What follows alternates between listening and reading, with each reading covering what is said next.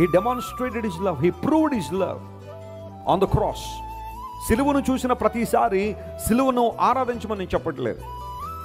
సిలువ ఆరాధన చేయడానికి ఉపయోగపడే వస్తువు కాదు. మరి ఎందుకు సిలువలు పెడుతున్నామంటే, సిలువను చూసిన ప్రతిసారి సిలువ మీద మరణించిన యేసుక్రీస్తు ప్రభు మనకేమవ్వాలా?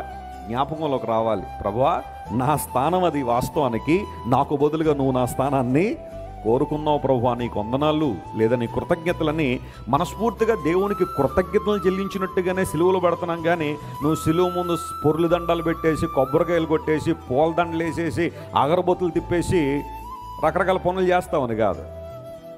ఎవరో కొంతమంది తెలియక చేస్తారేమో, కానీ తెలిసి నీవు దేవుని వాక్యం ఎరిగి నువ్వు కూడా అలాంటి పనులు చేస్తున్నావు. సిలువ కనబడగానే పొర్లు దండాలు పెట్టేస్తున్నావు కొన్నిసార్లు. Remember God's love for you. If you can't understand God's love for you, what is the point in worshiping a cross? దేవుని ప్రేమను అర్థం చేసుకోకుండా, ఆయన త్యాగ ఫలాన్ని అర్థం చేసుకోకుండా ఎన్ని సిలువలకు మొక్కితే నీ జీవితంలో మార్పు ఉంటుంది చెప్పు? లేదా ఎన్ని సిలువలను ఏ రూపంలో వేసుకుంటే దానివల్ల మార్పే ఉంటుంది. కొంతమంది పెళ్లి ఉంగరాల్లో సిలువ పెట్టుకుంటారు, మంచిదే. మంగళసూత్రాల్లో సిలువలు చెక్కించుకుంటారు కొంతమంది.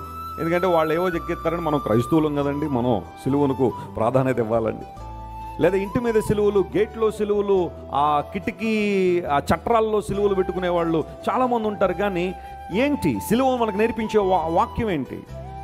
సిలువను గురించిన వార్త అన్నాడు దేవుని వాక్యంలో. సిలువను గురించిన వార్త నశించిపోయే వారికి వెరితనం, కానీ రక్షించబడుతున్న మనకు అది దేవుని శక్తి. God's power is there.